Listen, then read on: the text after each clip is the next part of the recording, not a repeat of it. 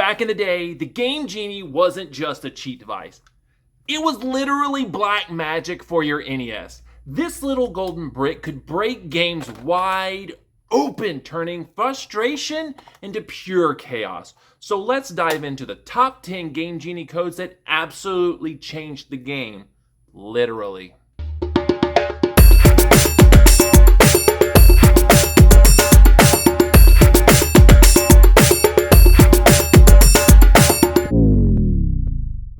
The Legend of Zelda already made you feel like a hero. You had your sword beams when you were at full health, but type in this code and suddenly your sword isn't just shooting beams, it's firing explosions. Every swing looks like Link strapped C4 to his blade.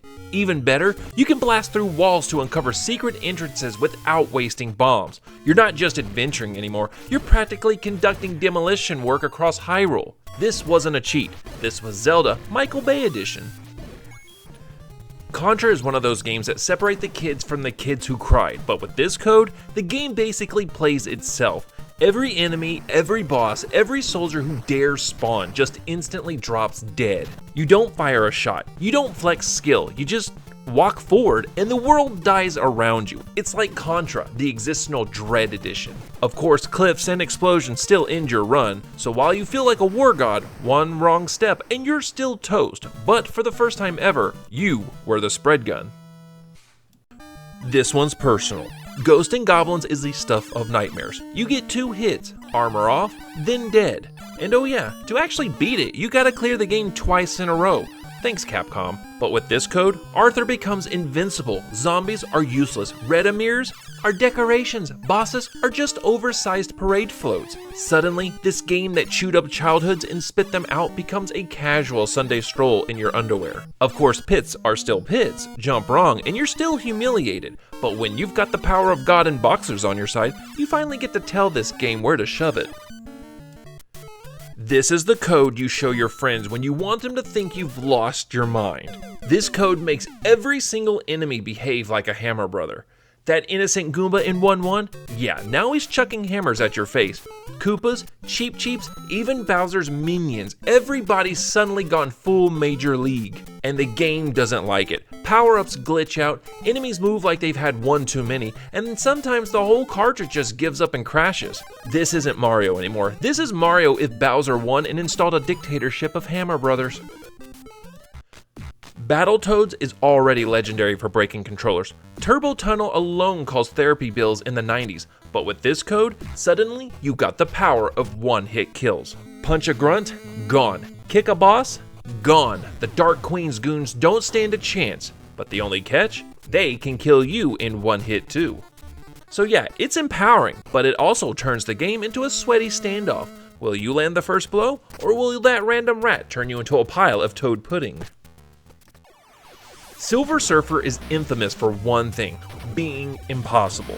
You so much as breathe on the wall, you're dead. You sneeze near an enemy, you're dead. Enter this code, and this code makes you invulnerable to everything. Enemies, pass through them. Bullets, nothing. Walls, who cares? Suddenly, this unplayable rage factor becomes, well, almost fun. For the first time ever, kids who rented Silver Surfer didn't cry. They just shrugged and thought, hey, maybe this game's not so bad. Ninja Gaiden is already tough enough. Tight jumps, cheap hits, enemies respawning the second you turn your back. But this code takes that difficulty and turns it into pure chaos. Enemies spawn from nowhere. Lamps pop out randomly. The graphics glitch so hard you start questioning reality. You're not just fighting ninjas, you're fighting the NES itself. If the original game was controller breaking, this code is controller launching into orbit. This is the holy grail. This code unlocks a full debug menu. From the title screen, you can warp to any world, pump up your life count to 99, and fill your inventory with every single item in the game, including endless P-Wings. But the real crown jewel? Press select during gameplay and you can swap your power-ups instantly. And if you hold B and hit select, you unlock Kurobo's shoe in any level. This was childhood ascension.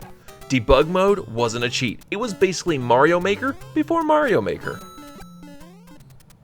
With this code, every enemy in Mario 2 gets drunk. Shy Guys stagger like they've been at Luigi's wine cellar. Enemies leave trails of after images like a busted VHS tape. Hitboxes become so unpredictable that sometimes you hit them, sometimes they hit you, and sometimes nobody knows what happened. It's not just a cheat code, it's a fever dream, like Mario 2 went to Vegas for the weekend and came back with regrets. NES TMNT is infamous for its insane difficulty. The dam stage, the relentless enemies, Shredder. But with this code, every enemy dies in one hit. Bosses just melt the second you touch them.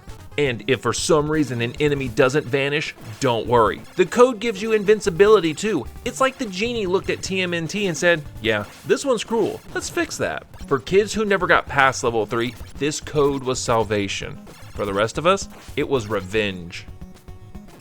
So that's the list. 10 Game Genie codes that didn't just give you an advantage, they flipped the NES upside down. From blowing holes into Zelda's walls to finally beating ghosts and goblins without crying.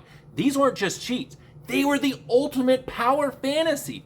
And hey, what was your favorite code back in the day? Did you use them to actually beat games or just to break them until your NES smoked? Drop it in the comments because I know I'm not the only one who spent hours punching letters into this golden brick. This has been RetroMark reminding you, cheat responsibly or irresponsibly. Either way, I'm not gonna judge.